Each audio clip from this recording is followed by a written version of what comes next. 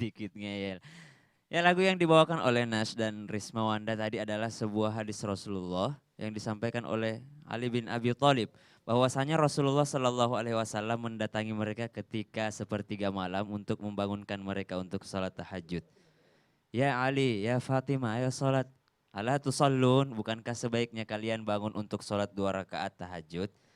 Kata Ali, oh ya Rasulullah, sesungguhnya kami ini sebenarnya ini hamba Allah, jiwa kami ini dipegang sama Allah. Kalau Allah mau kami bangun ya udah kami bangun aja. Ini kayaknya Allah memang mau kami ini untuk tidur karena kami masih ngantuk banget gitu ya Allah. Ya Rasulullah. Sama kan, kita kadang-kadang seperti itu. Ayo ayo bangun sholat. Aduh kita ini kan ciptaan Allah masih ngantuk. Yang ngasih rasa ngantuk ini kan Allah juga. Berarti Allah nggak mau kita bangun sholat. Ah ngeyel banget ini. Ayo puasa. Aduh puasa kan lapar. Allah kan kasih makanan halal. Masa kita nggak makan? Ngeyel. Ayo pakai hijab. Nantilah saya berhijab kalau akhlak saya sudah baik. Lebih baik hijabi hati dulu sebelum hijabi kepala. Siapa bilang tidak nyambung. Tidak ada perkataan seperti itu. Nanti akhlak saya baik baru saya pakai jilbab. Tidak ada seperti itu. Kalau ada orang yang mengatakan demikian tidak akan berjilbab dia sampai mati. Kenapa? Karena orang yang menunggu dia baik, nanti saya baik berarti dia adalah orang yang paling buruk. Orang yang merasa bahwa dia sudah baik berarti dia adalah orang yang paling buruk. Ya. Jadi kalau ada yang merasa nanti saya berjilbab kalau saya sudah baik. Tidak ada itu. Karena kamu tidak akan pernah merasa baik. Kapan kamu merasa baik berarti kamu adalah orang yang terburuk. Ketika Ali bin Abi Thalib mengatakan demikian, ya Rasulullah saya masih ngantuk ini, rasa ngantuk ini juga toh dari Allah. Kalau Allah sudah kasih saya rasa segar nanti saya bangun sholat. Apa kata Rasulullah? Rasulullah berbalik sambil menepuk pahanya mengatakan, وَلَقَدْ صَرَّفْنَا فِي هَذَا الْقُرْآنِ لِلنَّاسِ مِنْ كُلِّ مَثَلٍ وَكَانَ الْإِنسَانُ أَكْثَرَ شَيْءٍ جَدَلًا. Bukan Rasulullah yang jawab, tapi ternyata sudah ada jawaban Allah di dalam Al-Quran surah Al-Kahfi. Wa kanal insanu aktsara syai'in jadala. Sesungguhnya manusia itu memang aktsara syai'in jadala. Memang suka ngeyel, banyak membantah. Ketika dikasih tahu Tuhan itu Allah, ketika dikasih tahu Tuhan itu esa, Tuhan itu hanya Allah, langsung iyyaka na'budu iyyaka nasta'in, masih aja minta di kuburan. Ketika sudah dikasih tahu jangan minta-minta di tempat lain, masih aja minta di mbah dukun. Paling ngeyel ya manusia, kan saya juga sering begitu sama orang tua. Ketika dikasih tahu saya Alhamdulillah ngeyel. dia sadar. Iya, sadar dulu. Sadarnya belakangan Pak Ustadz. Iya sering ngeyel, teman-teman juga saya sama, saya sering ngeyel ketika dikasih tahu orang tua, sering apalagi kalau orang tua sudah pakai dalil. Ridho Allah, ridho orang tua. Ya. Ridho Allah, ridho orang tua. Kamu kalau tidak dengerin orang tua, kamu bisa durhaka. Kadang-kadang males juga dengerin orang tua yang begini langsung mengunci mati kita anaknya. Aduh pengen berpendapat nggak bisa, antar saya durhaka ini. Sering sekali ngeyel sebagai fitrah manusia. Fitrah apa? Fitrah yang harus diubah. Karena Allah katakan wa kanal insanu, al insan artinya adalah sebuah fitrah, al insan di mana manusia sering lupa, mempunyai sifat lupa, manusia mempunyai sifat khilaf, aktsara syai'in jadala, suka membantah. Dari itulah yang kita harus rubah. Au kama qala Rasulullah sallallahu alaihi wasallam. Makasih Ustaz Sam luar biasa yang menggugah hati kita. Bagaimana orang bisa tahu, bisa bisa membersihkan sesuatu kalau dia tidak bisa melihat kotoran.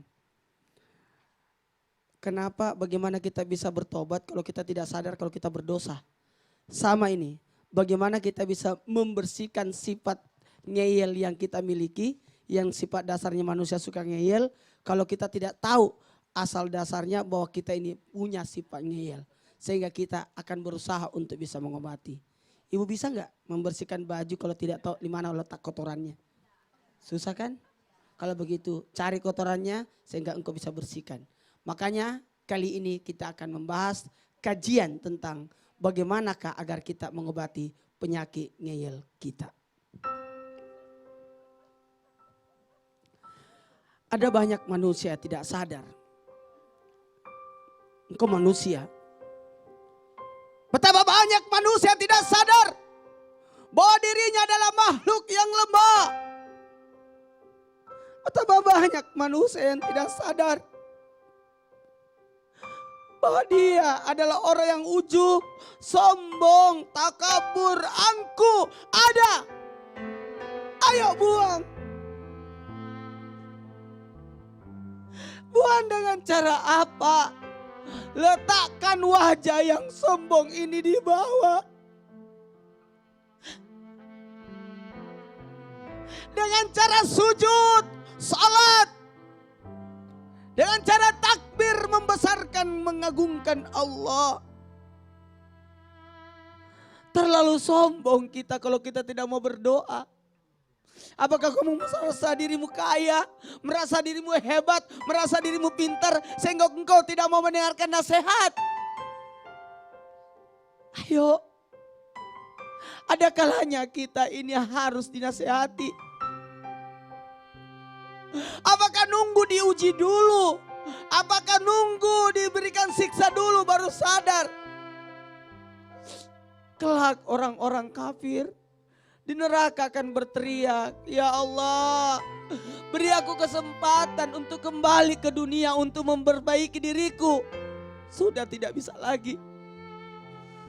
Ingat, penyesalan itu biasanya datangnya belakangan. Yang ngeyel sama orang tua, yang lawan sama orang tua, yang keras kepala sama orang tua, yang membantah orang tua, kelak engkau akan menyesal. Ketika mereka sudah tidak ada lagi, engkau bosan mendengarkan nasihatnya. Suatu saat nanti suara-suara dari ibumu, suara-suara dari ayah sudah tidak akan terdengar lagi. Astagfirullahaladzim. Obati si pangil kita dengan mengingat masa lalu kita. Ya Allah, ya Allah, Ya Allah, aku ingin membahagiakan orang-orang yang mencintaiku, aku ingin membahagiakan orang-orang yang mencintaiku ya Allah. orang-orang yang memberikan aku masukan, Orang-orang yang memberi aku masukan, orang-orang yang memberikan aku peringatan, orang-orang yang memberikan aku peringatan untuk bisa menyadarkan diriku, untuk bisa menyadarkan diriku, untuk bisa memperbaiki diriku.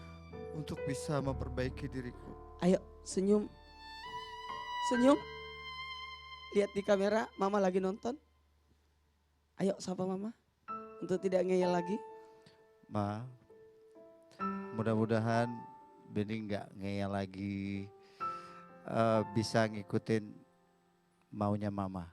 Termasuk teman-teman yang selalu, ada nggak teman-teman yang suka nasihati Benigno? Banyak. Banyak.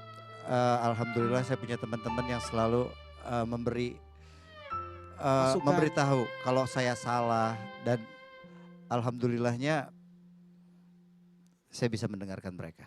Tepuk tangan dulu Bu. Sekarang pertanyaannya buat diri kita.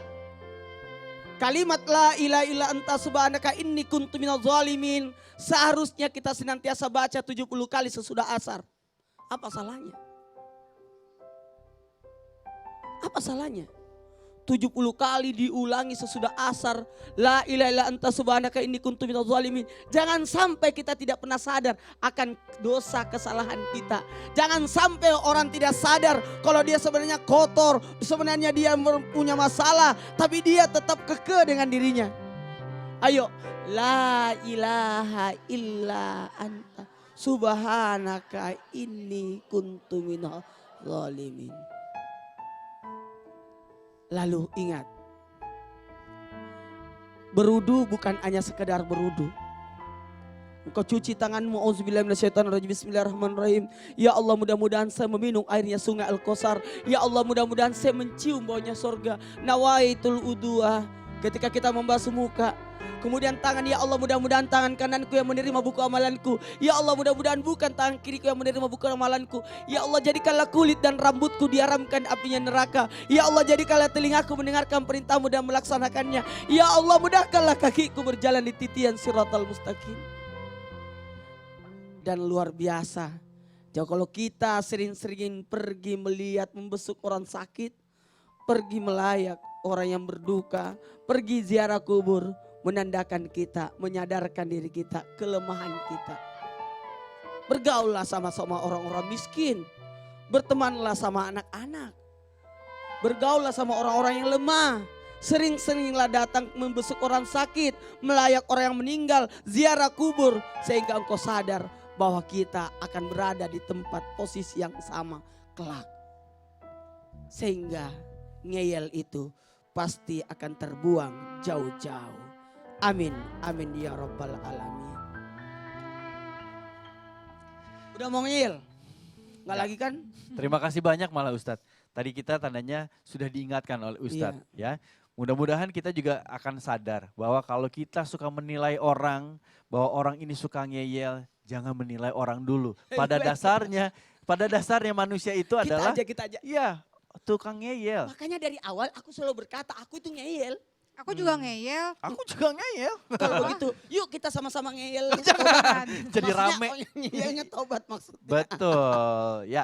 Nah yang pastinya mudah-mudahan setelah apa yang tadi kita dengarkan kita mulai bisa berintrospeksi ya. Iya. Berintrospeksi. Ini. Introspeksi. Tapi bagaimana bisa orang tahu kalau dia tidak bisa mengakui? Ya.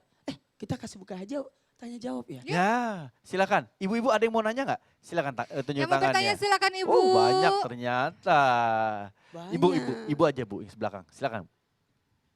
Wah ini yang ngeyel nih. Kenapa Ustaz? Kalungnya beda sendiri.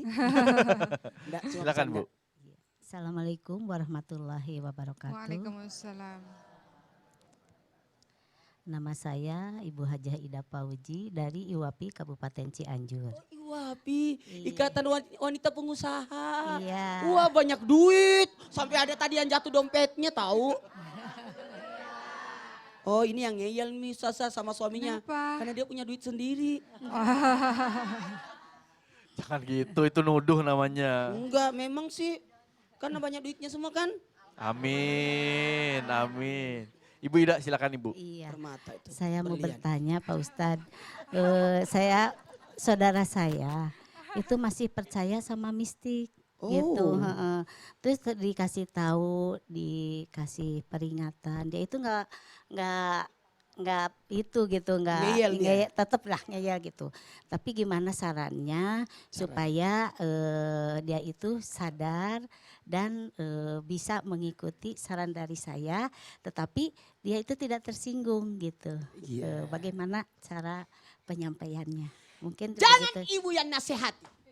Jadi siapa? Jangan. Jangan. Jangan. Kenapa? Karena saudaranya ibu. Oh gitu. Nah, caranya apalagi sudah di ngomong, kan ibu sudah berusaha. Iya. Tapi tetap ngeyel. Iya. Kalau begitu ibu kayaknya nggak cocok deh. Iya. Kalau begitu ajak saudaranya pergi dengerin tausiah, acara-acara agama, nasihat-nasihat agama. Lalu bisik tukang ceramahnya, bahas tentang ini ya. Oh, jadi pakai tangan orang lain. Karena kadang-kala orang malu kalau diceramai oleh orang yang dibawanya. Kalau itu kakaknya kan, Ya. atau saudaranya. Ah siapa sih kamu, aku duluan lahir. Betul, seperti itu Bu. Ustazah Oki mungkin ingin menambahkan? Atau bisikin MC-nya. Mas MC nanti tolong kasih tahu sama ustadznya pertanyaannya ini ya gitu. Padahal tujuannya adalah menyinggung dari si orang itu. Jadi tahu Iya. Bu, jadi secara tidak langsung nanti saudaranya Ibu akan paham. Oh kalau pergi ke orang-orang yang seperti itu tidak diterima sholatnya 40 hari. Oh Ya. termasuk syirik. Oh Iya. sebenarnya hal-hal yang gaib itu yang tahu adalah Allah. Tapi kenapa dia bisa tahu? Karena jin itu mencuri berita dari langit ditambahkan dengan 100 kebohongan Bu. Gitu, hanya satu aja tuh yang benar tuh. Nah itu membuat ia pada akhirnya paham kalau ikut-ikut pengajian begini. Ya, Gitu. tapi- Minta sama orang di dukun. kaya, Kenapa? kasih kekayaan. Ternyata dukunnya juga orang miskin. Iya, salah Tapi kan? pertanyaan ibu tadi, Mending ke Iwafi.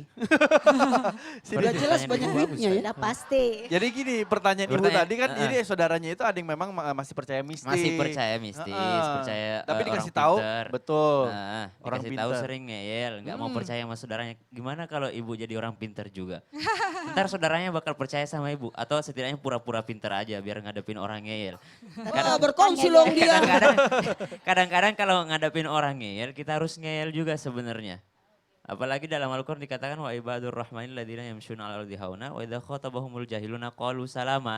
Tidak bisa didiamkan juga orang ngeyel itu tapi kita berikan keselamatan terhadap mereka. Qalu salama, assalamualaikum, qalu salama. Diberikan keselamatan kepada mereka. Ya, benar tadi kata Ustadz, jangan ibu yang nasehatin. Kalau ibu mau nasehatin dia, berubah dulu ibu jadi orang pinter. Kan dia percayanya sama orang pinter. Ya, setidaknya pura-pura pinter lah. Iya, terima kasih.